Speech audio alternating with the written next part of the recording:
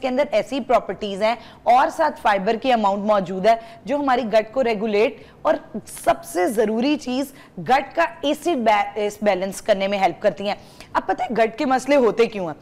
गट के मसले तब होते हैं, हमारी जो गट है ना उसको होना चाहिए 80% अल्कलाइन और 20% acidic, but we do it opposite.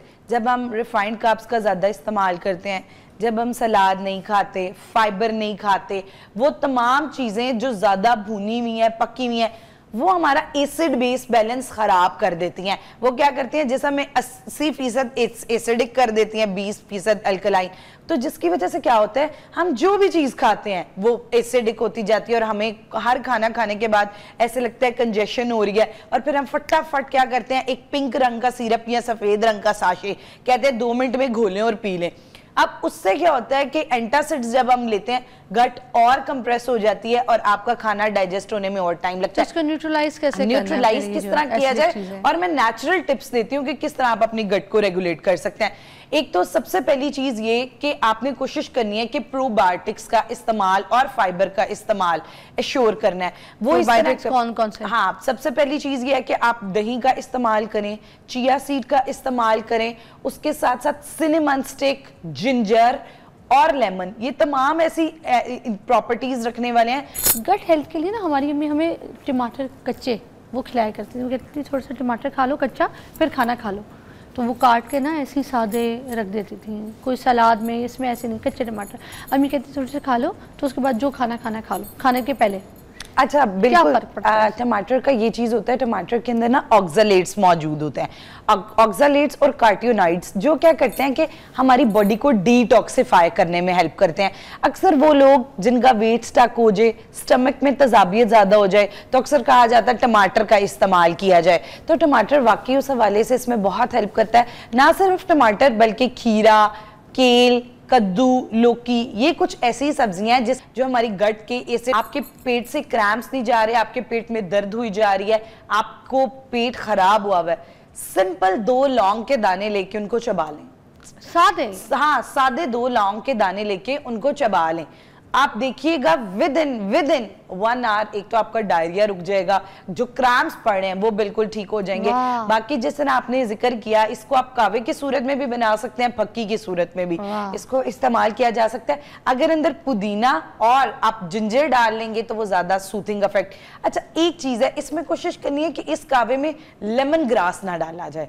अक्सर लोग क्या करते हैं कि जैसे पेट खराब होता है ना, तो ये कावा बना रहे होते हैं तो उसके अंदर लेमन ग्रास डाल रहे होते हैं। अच्छा, अगर आप लेमन ग्रास डालते हैं ना, वो क्या करता है आपकी बॉडी से ब्लोटिंग को और डिहाइड्रेशन खत्म करने में, वेट रिड्यूस में हम अक्सर कहते हैं अगर वाटर रिटेन हो गया ना, लेमन ग्रास का इस्तेमाल करें आपके, वो उल्टा और डायरिया को ट्रिगर करेगा। तो इस वजह से उसको जरूर परहेज किया जाए, क्योंकि डिहाइड्रेट तो बॉडी वैसी हो रही होती है। बिल्कुल ऐसे ही देख रहे हैं, जैसे मेरा खुद भी थोड़ा सा गला खराब हुआ है, 2 वायरल इन्फेक्शंस बहुत ज्यादा कॉमन हुए हैं, एक गले का और एक पेट का। अच्छा, इन्फेक्शन जो भी हो ना, उसमें डाइट का एहतियात करना बहुत बहुत ज्यादा जरूरी है। अब अगर मैं बात करूं तो कौन सी ऐसी डाइट है जो कि हमारे इन्फेक्शंस में हीलिंग में हेल्प करती है, उस इन्फेक्शन को ओवरकम करने में हेल्प करती है और इस इन्फेक्शन से हमारी कुव्वते मुदाफियत को अफेक्ट नहीं होने देती। अच्छा। तो सबसे पहले हमारे पास आ जाती है, इस डाइट को हम कहते हैं एंटी इन्फ्लेमेटरी डाइट। वो डाइट जो जिस्म के अंदर इन्फ्लेमेशन को काम करती है और इम्यूनो बूस्टर के तौर पे काम करती है। अगर मैं बात करती चलूं तो इस डाइट में हम मोस्टली क्या करते हैं कि कहते हैं कि एक तो आपने हाई प्रोटीन का इस्तेमाल करना है। हाई प्रोटीन जो है वो हीलिंग में हेल्प करती है, तो उसमें ये हो सकता है कि आप चिकन की यखनी ले सकते हैं, मटन की यखनी ले सकते हैं, बीफ की यखनी बना के इस्तेमाल कर सकते हैं। उसके तो बरसात के मौसम में तो हमें लोग कह रहे थे कि आपने गोश्त का इस्तेमाल नहीं करना है क्योंकि गोश्त। अच्छा, गोश्त का इस्तेमाल सिर्फ आपने अगर अनकुक्ड गोश्त है या ठीक तरह राइटली कुक्ड गोश्त है उसका आपने गोश्त का इस्तेमाल, लेकिन अगर कुक बिल्कुल ठीक है और अच्छे तरह से वो टेंडर किया गया तो आप गोश्त का इस्तेमाल कर सकते हैं। हाँ, एक्सेस अगर आप गोश्त का इस्तेमाल इस मौसम में करेंगे, चूंकि डिहाइड्रेशन बहुत ज़्यादा हो रही है और वेदर इस तरह के बरसात का जिसमें पेट खराब होने का चांसेस, इसलिए एक तो मीट भी और बाकी भी तमाम अनकुक्ड खाने अवॉइड करें, जैसे बाहर की सलाद हो गए। घर में भी अगर आप प्रॉपर्ली अपना जो वेजिटेबल्स हैं उन्हें प्रॉपर वॉश नहीं करेंगे और वो सैलेड नहीं बनाएंगे तो ऑब्वियसली आपका स्टमक और ये सारी चीज़ें ख़राब हो जाएंगी। अच्छा, उसके बाद आम इंसान के लिए अगर उनको कोई भी इन्फेक्शन हो गया गले का, पेट का, 3 चीज़ों का ख्याल रखना है, खट्टी, ठंडी और चिकनाई वाली चीज़ें। ये बिल्कुल आम जुबान में मैं बिल्कुल इसलिए कह रही हूँ ताकि तमाम समझने वाले से फॉलो कर सकें। ठंडी चीज़ों से मुराद कि कोई भी ऐसी चीज़ जिसका एक तो कूलिंग हाइड्रोइड इफेक्ट हो, यानी वो चीज़ें जिनकी तासीर ठंडी है, उन चीज़ों को अवॉइड किया जाए। उसके बाद दूसरी चीज़ है चिकनाई वाली चीज़ें। अब जैसे चावल है, बहुत सारी चिकनाई वाली चीज़ें होती हैं, तली हुई चीज़ें, खाने में बहुत ज़्यादा तेल, वो आपकी इन्फ्लेमेशन को इंक्रीज़ करता है। उसके बाद जो थर्ड मैंने चीज़ का जिक्र किया वो ये है कि आपने कोशिश करना है कि खाने को प्रॉपर पका हुआ, प्रॉपर वेल कुक्ड और उसके अंदर ऐसी एंटी इन्फ्लेमेटरी प्रॉपर्टीज़ हो। अब अपने आम खाने के अंदर आप एंटी इन्फ्लेमेटरी प्रॉपर्टीज़ किस तरह पैदा कर सकते हैं? आप क्या कर सकते हैं कि अंदर लहसुन डाल सकते हैं, अदरक डाल सकते हैं, हल्दी डाल सकते हैं।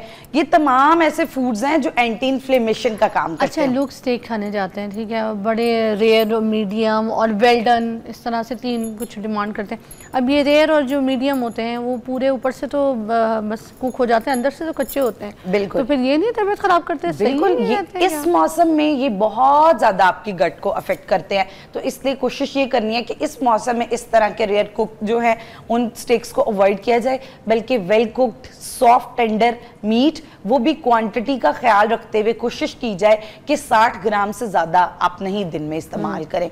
और उसके बाद मैं दूसरी एक और चीज बताती चलूं कि अब बहुत सारे ऐसे लोग होते हैं, मैं सिर्फ इधर इनको भी क्लियर कर दूं कि जो आप बहुत ज़्यादा हाई क्लास अंग्रेज़ बनने की कोशिश कर रहे होते हैं ना, कि हम तो जाके दिल नहीं कर रहा ज़बरदस्ती आज स्टेक खाना चाह रहे हैं और रेयर खाना है, और तुम लोग को स्टेक के बारे में नहीं पता कि तुम लोग रेयर नहीं खाओगे तो टेस्ट कहाँ से आएगा।